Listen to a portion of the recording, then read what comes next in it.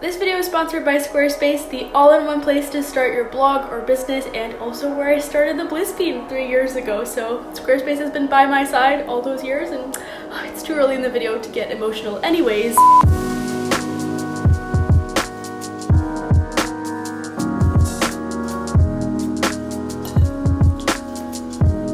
So, as you may have noticed, I hit 100,000 subscribers very recently, and honestly, maybe it's a little bit extra to be celebrating 100K because it's not a million, but I do think it's important to celebrate your accomplishments because I worked hard on this, and I think I deserve some cake and some art and a video reviewing my blogging journey, right? This is actually really good.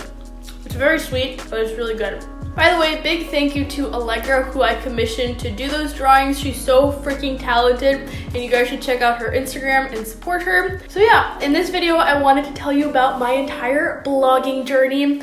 I first started blogging in 7th grade because we had an assignment in our language arts class to put together a blog. I guess it was like to teach us digital literacy. We didn't really learn anything about blogging. We just did our writing assignments and then posted them onto this blog. I named that blog A Bit Amusing. I don't know why I named it that. It's just the kind of name where you're sitting in class and you have a limited amount of time, and so you just force an idea out and it's not a good idea. Me and a friend would always joke that I wanted the blog to be funny and entertaining, but not too funny and entertaining, just a bit amusing. In a way, the name was nice because it didn't really tell you anything about what the blog was about, so it gave me a lot of room to explore what I was interested in through it. So as I was putting together that blog for school, I started looking around on the internet, and I realized that there were a lot of, kids my age on the internet doing these beautiful and creative things with their blogs, and I really wanted to do the same thing. For a little trip down memory lane, I actually went to that website called the Wayback Machine, where you can see what websites used to look like in the past, because a lot of the blogs that I used to read have been taken down, or they've been like converted to professional portfolios because the bloggers behind them grew up. There was Harry of Vanilla Craft blog, Chloe of A Little Birdie blog, Rochelle of Beloved Bluebird, Kate of Clover and Dot, Emily of Emily Jane. So many blogs that I used to read, and I admired these girls so much. I literally wanted to move to Australia because a lot of them lived in Australia for whatever reason, and I just thought like, man, Australia is where all the creativity is happening. I need to live in Australia. So yeah, that school assignment was very basic. It was just posting your writing assignments, but if you know me at all, you know that I wouldn't just leave it at that. So for one, that blog was how I learned HTML and CSS. Like, Google is not going to be hiring me anytime soon, but I do have a basic understanding of it because I was just devouring all of these tutorials about how to customize my blog's design. I improved my photography through that blog. When I started, I was using a Nikon Coolpix P80 and Google Picasa to edit. It was pretty bad. I don't know why I insisted on overexposing every single photo, but let's just call it a style. Eventually, I did get a new camera, and that was mainly motivated by the fact that I just wanted to take better photos for my blog. I wanted to become a blogger. So I actually took this blog quite seriously. I had this blogging notebook to keep track of my content calendar, sketch out my branding, plan my ideas for my blog. I was also quite secretive about it, so I would say my closest friends knew about it, but then aside from that, I tried to keep it pretty hush-hush. A Bit Amusing finally kind of died in 8th grade just because I got kind of overwhelmed with school, which was a bummer, but I am proud of myself for sticking with it for that long because it sounds kind of cheesy, but truly it taught me so much, and it was the start of so much. After that, at some point in high school, I don't even remember when, I started another blog. It was like a personal rebranding. I think I slightly improved in the blog naming department, so this one was the first 3 letters of my first name plus the first 3 letters of my last name. It was a very aesthetic blog, if I do say so myself, but it had no clear focus, so it was very short-lived. Rest in peace. Throughout high school, I kind of dabbled in the foodie space on Instagram, and I would post photos of my food on various accounts, but I was so afraid of anyone discovering these. I didn't tell a single friend about them, and I distinctly remember one of those accounts, someone from school followed me, and as soon as I saw that notification, I just deleted that account right then and there. And like, I had worked hard on that, so how sad is it that and just one person finding out about it made me completely give up on it. Finally, the Bliss Bean was born in July 2017, and I don't remember what the motivation for it was, what led up to it. As far as I remember, it just suddenly came into existence and started being a part of my life. This was when I finally graduated from Blogger and got myself a big girl Squarespace website and my own domain. It was so easy to set up my own website. Picking the theme was not easy. I spent so long switching and experimenting with different themes. I can be a little indecisive, but once I finally settled on a theme, I didn't even have to use all of the HTML and CSS that I had learned through a bit amusing, because all I had to do was just drag and drop blocks to build my website. The same thing with blog posts. So Squarespace has an integrated blogging feature where you can drag and drop different blocks like text blocks, images, and eventually when I started my newsletter blocks.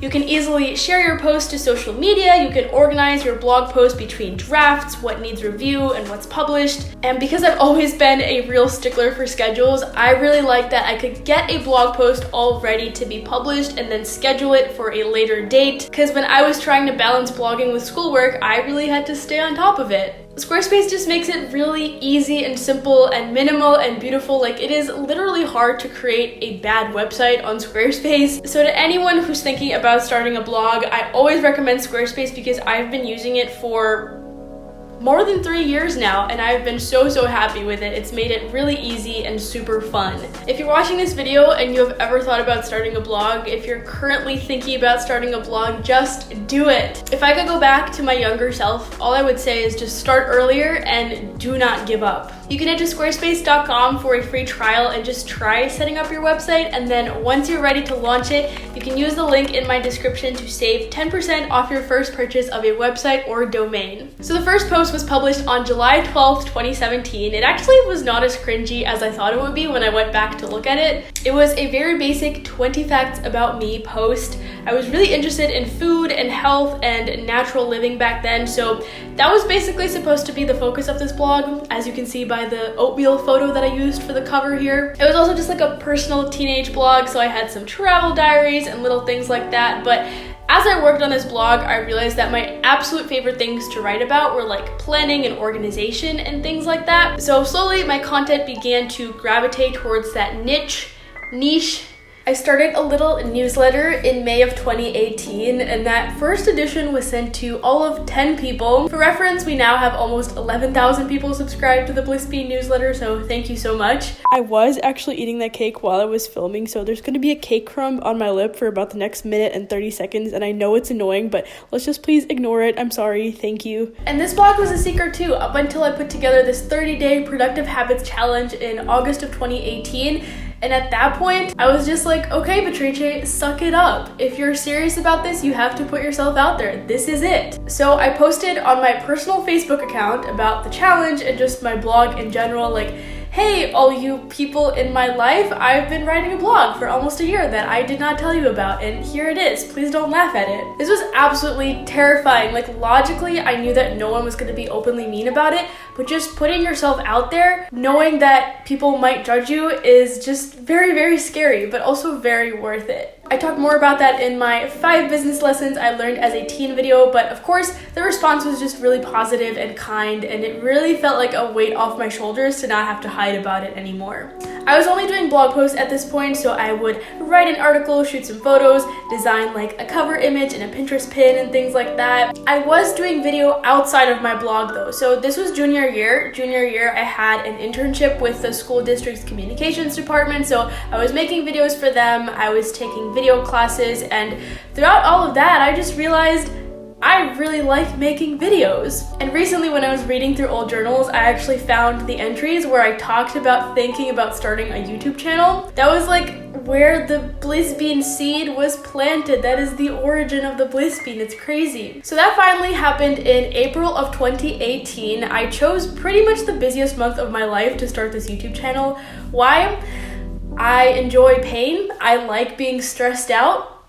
No, but seriously, that month I had the FBLA state competition. I had this volunteering event that I've been working on organizing for almost a year. I was making a documentary about that event for my internship. AP exams were the following month, and I was just like, you know what, why not also start a YouTube channel this month? That would be fun. So literally, I remember being at the FBLA competition. We were all like waiting in the luggage room with our bags for the buses to come or something, and I was just like spread out on the floor with my laptop editing my very first YouTube video ever. Again, I chose the most basic topic to start with. It was a 50 facts about me video. It definitely was not the highest quality, but it was really fun to edit, and I got creative with the graphics and stuff, and I was like, okay, I could definitely enjoy doing this. So I uploaded that video April 14th, 2018, and that was the start of it. So in the beginning, progress was really slow. Like really slow. Like I didn't even realize at the time how slow. By the end of 2018, so that was 8 months into it, I had 200 subscribers. Throughout 2018, I gained a total of about 600 Instagram followers. I mean, I am honestly amazed that I stuck with it and kept working on this week after week after week. And not only does it make me proud of my past self, but it also gives me some comfort in knowing that I must have really actually enjoyed this and still do enjoy it if I was willing to stick with it for that long with so little results. In her book, Big Magic, Elizabeth Gilbert talks about how every career has its own shit sandwich. These are the parts of it that you don't like. So if you want to become a lawyer, the shit sandwich might be years of law school and really long hours. And if you really want to be a lawyer, you'll eat that shit sandwich, but I do not, so I'm not willing to put up with that. So this period of time when progress was so slow with my YouTube channel, that was my shit sandwich, and I ate it. And now, more than 2 years later, I get to eat blueberry cake instead. So I kept making weekly videos, sending weekly newsletters, posting stuff on Instagram, and then the first time that a video blew up, like really blew up on a small scale, but enough for it to make a difference for my channel, was with my How I Study Korean video. It's interesting because that video was actually up for 7 months before that spike happened, so you just really cannot predict when the YouTube algorithm will decide to be kind to you. But that happened around the start of July, and you can see that the graph that shows you how many people subscribed from that video is basically identical to the views graph. So that video was definitely very helpful to the growth of my channel. I had a little bit of a rebranding. So originally my colors were mint and yellow, and my thumbnails also incorporated some blue and some orange, and like at least it was consistent. But eventually I just grew so tired of that style, and basically I was like, I am too grown up now for these childish colors. So after a lot of deliberation, because I had to go through and redesign a lot of stuff for my blog, I decided to change my colors to like this brown and this peachy color. The Bliss Bean definitely went through more style evolutions after that. I often would update my templates for designing graphics. I introduced a new color that I've been gravitating towards a lot, this tan color. My editing style has evolved, I think. So then I had my decluttering video. That video was uploaded in June 2019, because that was like my post-graduation declutter, and about the end of July it really took off, which helped my channel greatly. I got monetized that same month, which was very exciting for me, even though it was very tiny amounts at the beginning. I remember going to my dad because I had just checked my analytics and I was really excited. I was like, Dad, I'm making $5 a month. Sorry, $5 a day. I'm making $5 a day from AdSense. And he was like, wow, you could buy a Subway footlong every single day. In November, I went to Europe and I kind of slacked on making videos. Like, it's hard to make videos when you're traveling, so that was probably the longest break that I've taken from YouTube. But when I came back, I was really ready to go and really excited to get back into it. And then March 2020, man, I do not know what happened. I kind of thought that maybe it was that quarantine started and so people were spending more time at home, spending more time watching YouTube videos. But I have looked at some other people's statistics and I haven't seen that March spike replicated that much. So I don't really know why that happened, but views started going up a lot and everything else started growing simultaneously as well. I reached 10K on Instagram in June, which I did not even envision as a possibility for the longest time because I felt like I had to fight tooth and nail to get to 1K. So I was like doing that 9 times. Not happening. But of course, I was not thinking about the fact that growth generally happens in an exponential, not a linear fashion. Duh, Patricia, you took calculus. So yeah, I guess that's where I'm at now. I'm really thankful to all of you who watch my videos. I mean, it still confuses me that people actually watch, that there are people who watch my videos regularly and maybe even look forward to them. Like, what? Or when I send out a newsletter and I click send and I realize that 10,000 inboxes just got a new email, like what? So thank you, it means the world to me. I'm just really, really glad that I started this and that I stuck with it, because I have learned so much about blogging, but also because this channel is about personal development and improving your life, I feel like making these videos has improved my life, and I hope that watching them has at some point improved your life the tiniest bit. I know a lot of you have your own blogs or want to start your own blog, so by all means just go for it. Like, really, please do it. Squarespace is a really great place to do that. So again, try out that free trial, and then you can use my link to get 10% off your website and make it happen. Do the thing. All right, I'm going to go finish my cake now. It is sitting over there. Thank you so much for watching this video. Please give it a like, subscribe to my channel, and I'll see you next week. Bye.